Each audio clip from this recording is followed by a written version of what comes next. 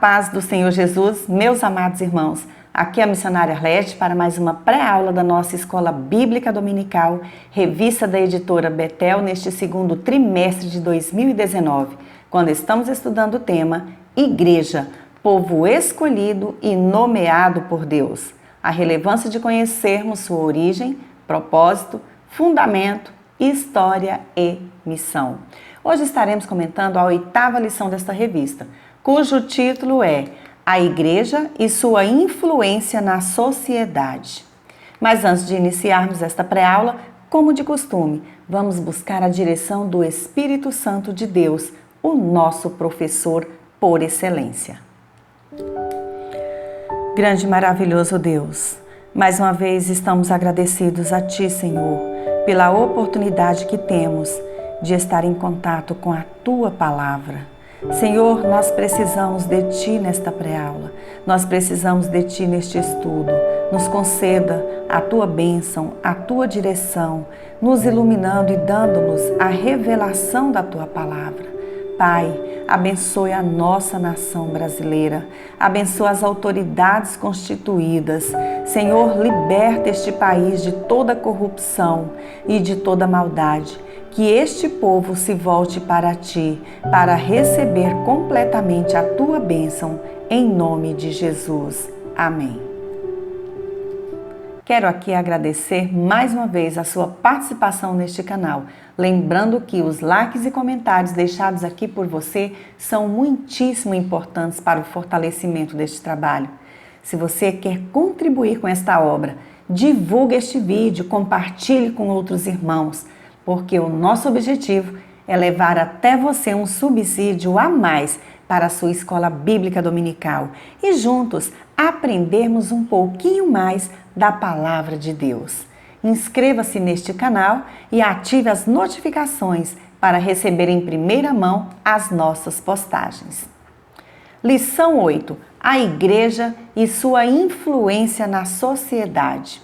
O texto áureo de hoje encontra-se em Mateus, capítulo 22 e o versículo de número 21, e assim diz a palavra do Senhor. Disseram-lhe eles, de César. Então ele lhes disse, dai, pois, a César o que é de César, e a Deus o que é de Deus. A verdade aplicada de hoje nos diz que, como cidadãos do reino de Deus e representantes de Cristo, devemos, através de uma vida honesta e irrepreensível, ser exemplos de cidadania e civismo.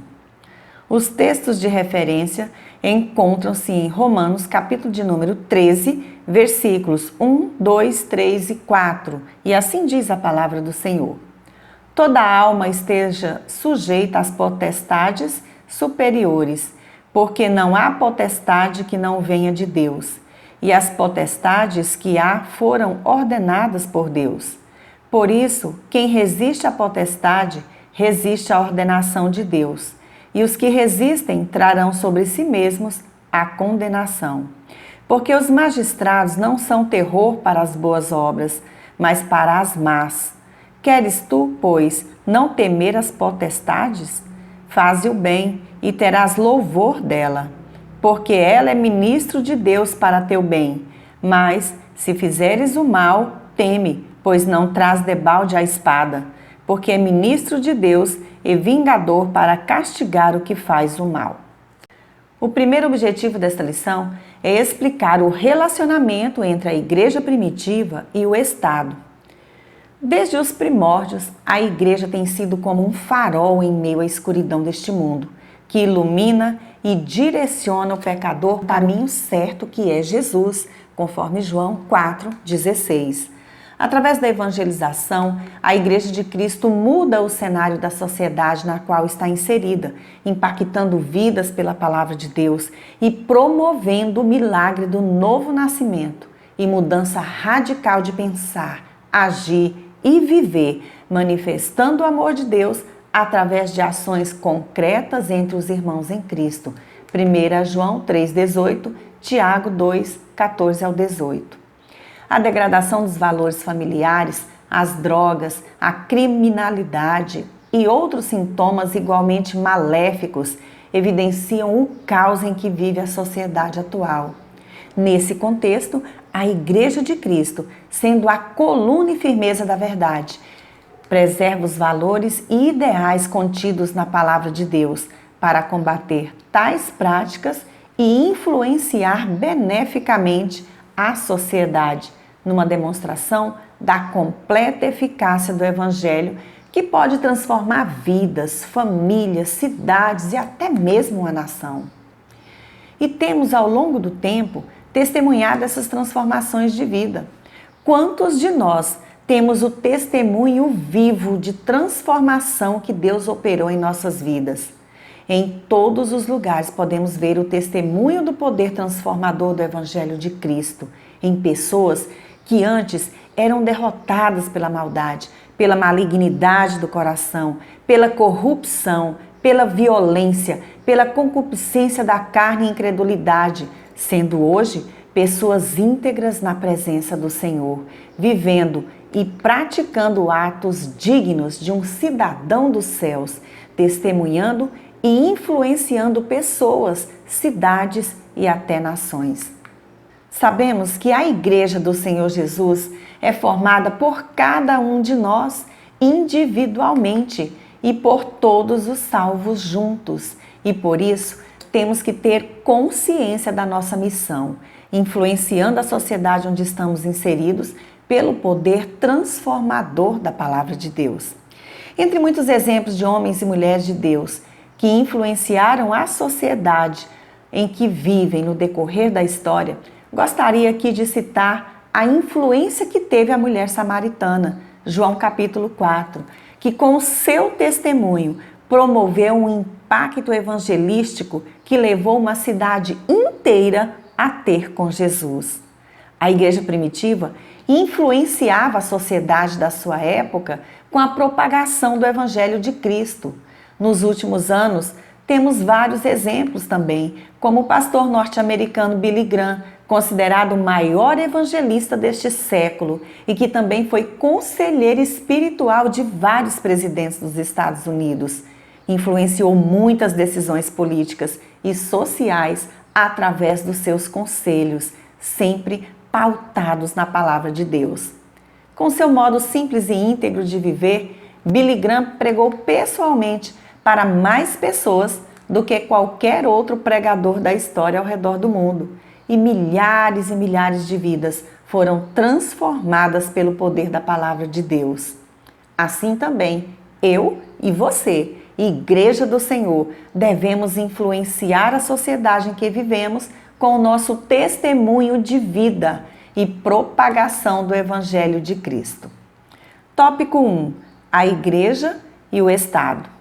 O Estado é o povo politicamente organizado, exercendo a soberania em um território. A Igreja do Senhor vive em sociedade e respeita o Estado, colaborando com as autoridades que o representam na preservação da ordem pública e na formação de cidadãos de caráter íntegro e honesto, produtivos e conscientes de que a autoridade é constituída por Deus. Assim sendo, nós, cristãos, temos como obrigação cumprir os nossos deveres como cidadãos, visando, acima de tudo, a glória do nome de Deus. Testemunhamos ao mundo que somos cidadãos do céu quando cumprimos com dignidade a nossa cidadania aqui na terra. O Novo Testamento descreve o Estado como um instrumento de Deus para promover a justiça e a ordem, e diz que toda autoridade é constituída por Deus, conforme Romanos 13, 1 e 2. Quanto a nós, Igreja, embora não sejamos espiritualmente deste mundo, conforme João 17, 14, temos também por obrigação orar pelas autoridades, a fim de que possam executar as tarefas que Deus lhes confiou e, deste modo, podermos viver tranquilamente, conforme 1 Timóteo 2, 1 e 2, sabendo que o Senhor tem o controle de tudo. Subtópico 1.1. A Igreja Primitiva e o Império Romano. O Império Romano teve uma contribuição efetiva na preparação do mundo para receber o Messias, Jesus Cristo, e inaugurar a era da Igreja.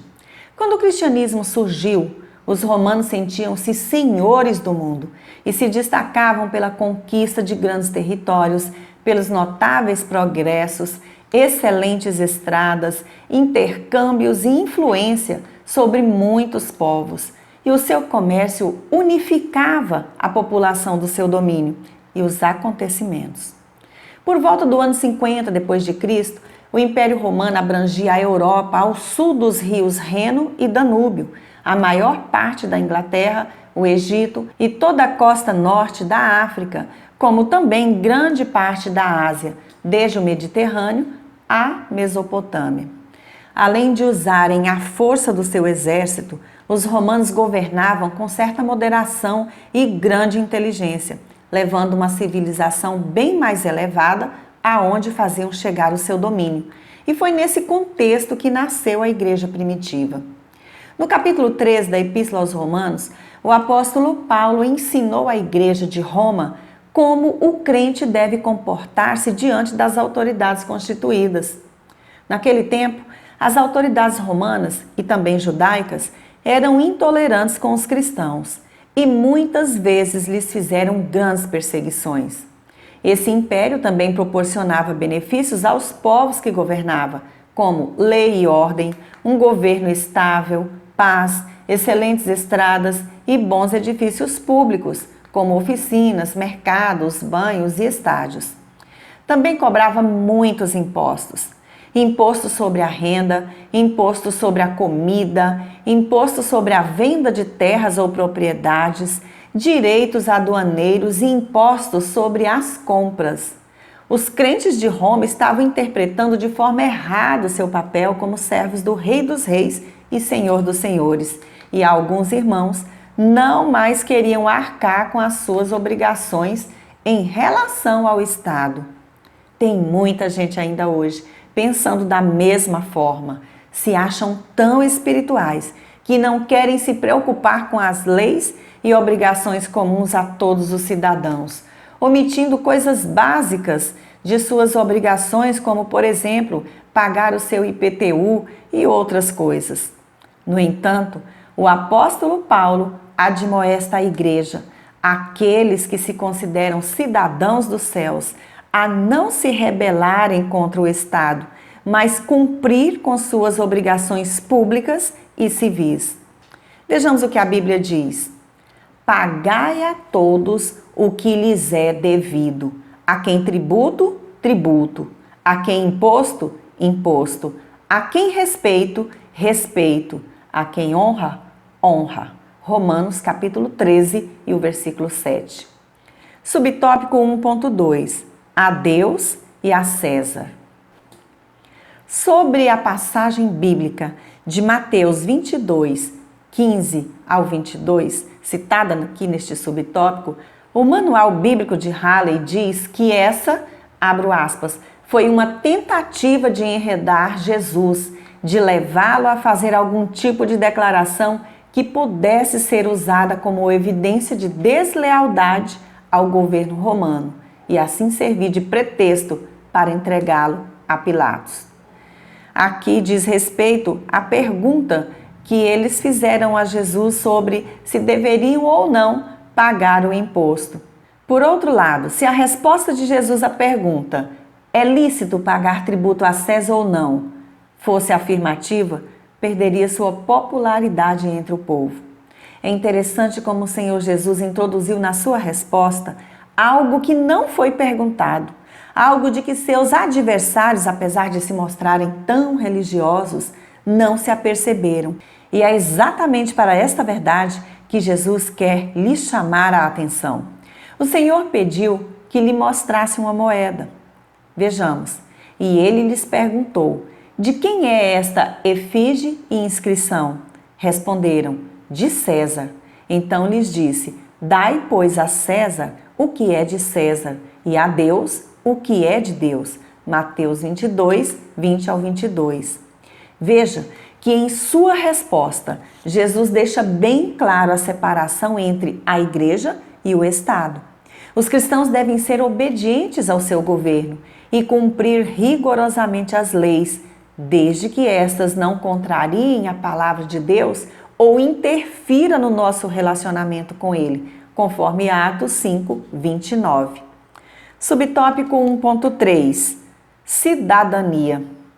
A origem da palavra cidadania vem do latim civitas, que quer dizer cidade. Na antiga Roma, a palavra cidadania era usada para indicar a situação política de uma pessoa e os direitos que essa pessoa tinha ou podia exercer.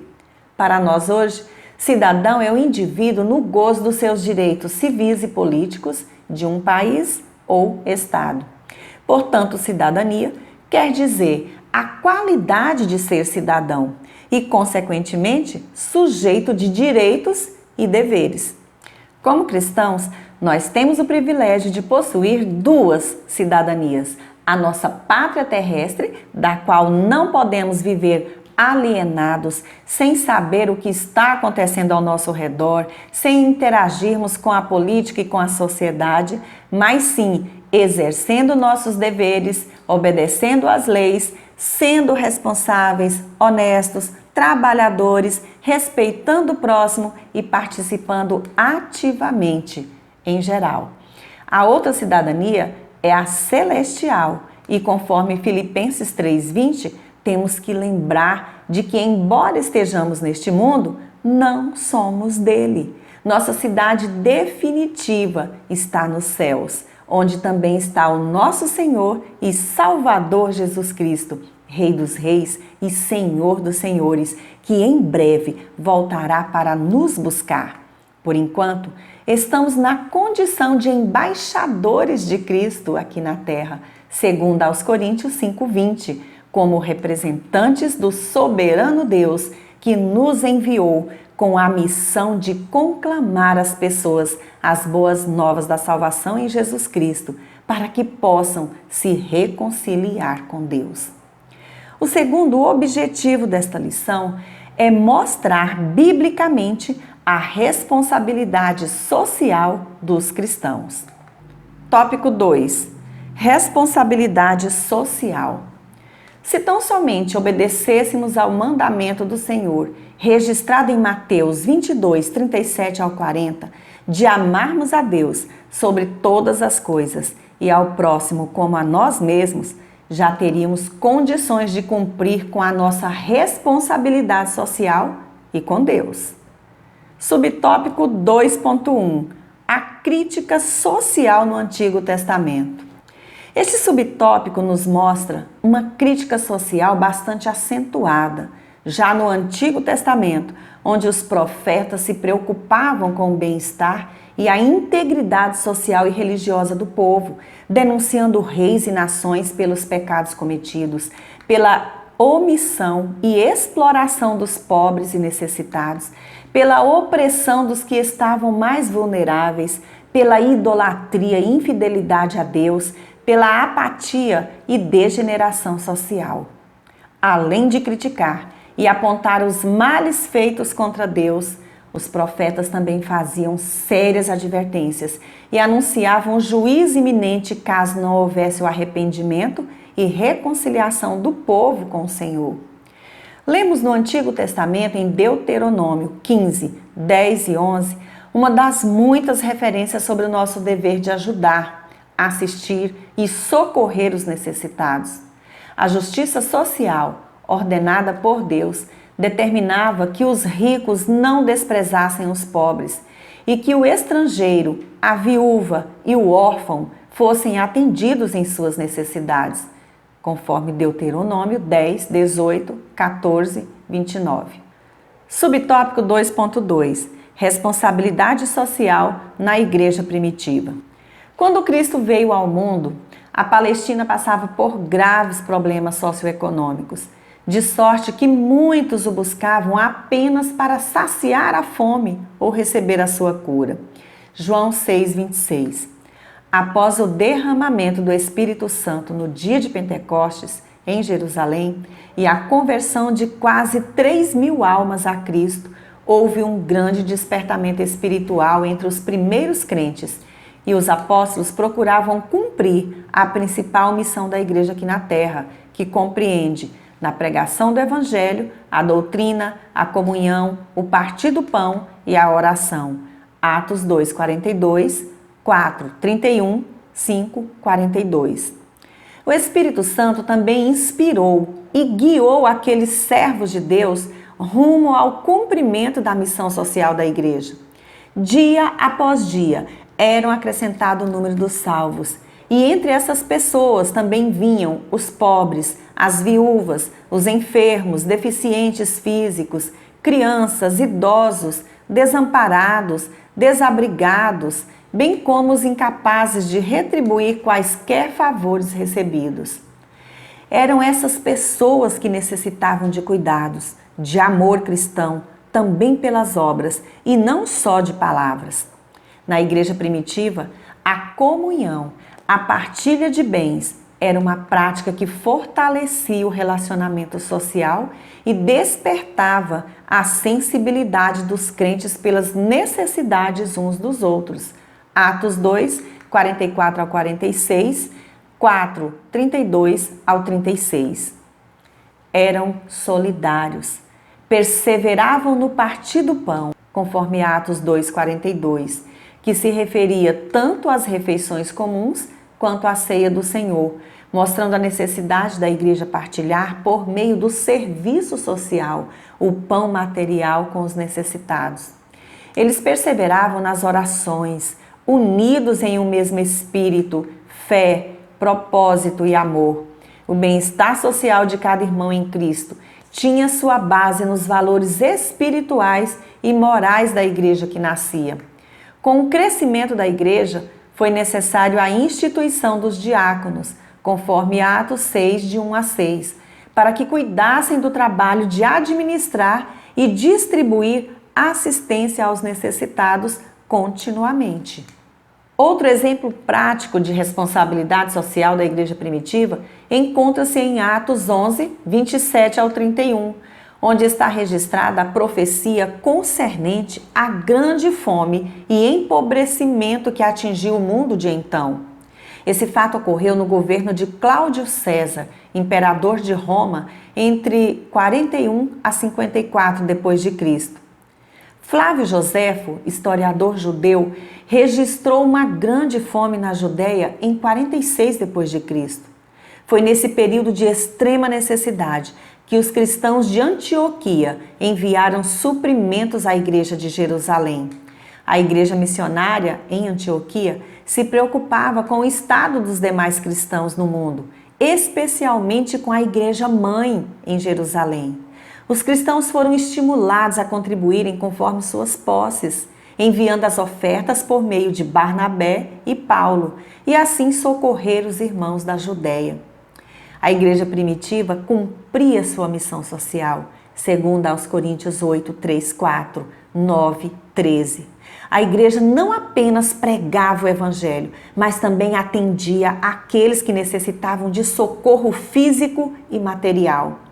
Destacamos aqui que essa partilha e comunhão entre os cristãos era feita voluntariamente e não de forma comunista e imposta pelos apóstolos, como os seguidores de Karl Marx e Lenin defendem. Subtópico 2.3. A missão integral. A missão integral da igreja consiste em apresentar o evangelho em sua plenitude, alcançando o homem na sua totalidade, espírito, alma e corpo. Isso é demonstrado na preocupação com a salvação humana, sem negligenciar o cuidado ou atendimento das privações materiais básicas daqueles que são comprovadamente carentes e que também precisam de atendimentos como escola, cuidados com a saúde, alimentação, vestuário e etc. Sobre isso também lemos na Epístola de Tiago. Se um irmão ou irmã estiver necessitando de roupas e do alimento de cada dia, e um de vocês lhe disser, vá em paz, aqueça-se e alimente-se até satisfazer-se. sem porém lhe dar nada, de que adianta isso? Assim também a fé, por si só, se não for acompanhada de obras, está morta. Tiago 2, 15 ao 17. Em outras palavras, a pergunta que Tiago faz no versículo lido poderia ser: quantas palavras são necessárias para encher uma barriga vazia ou aquecer o que tem frio? Demonstramos a nossa fé através das obras praticadas para com o nosso próximo. O Senhor Jesus é o nosso maior exemplo e nunca fez vistas grossas às necessidades daqueles que o rodeavam. Ele saciava tanto a fome espiritual quanto a física. Ouvia os problemas das pessoas e não se preocupou com a sua reputação ao ser chamado de amigo de publicanos e pecadores. O nosso Senhor tinha uma visão ampla das necessidades do homem e se preocupava em atender de forma integral todo aquele que se aproximava dele. Esta visão de Jesus foi transmitida aos apóstolos, de maneira que na igreja primitiva não havia disparidades sociais, pois cumpriam integralmente a sua missão. De que forma estamos pregando o Evangelho hoje? Que importância temos dado aos nossos irmãos em Cristo que precisam do nosso olhar, da nossa ajuda? Como temos realizado a nossa missão como cristãos? Como temos desenvolvido o trabalho social dentro das nossas igrejas?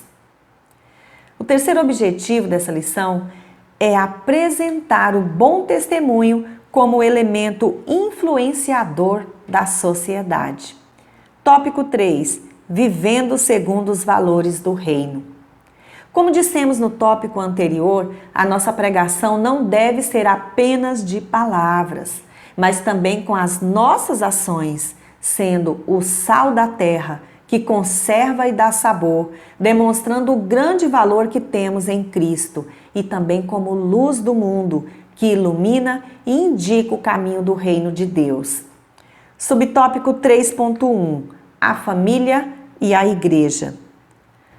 A família foi a primeira instituição divina e é o ambiente primário, a célula máter da sociedade e também da igreja.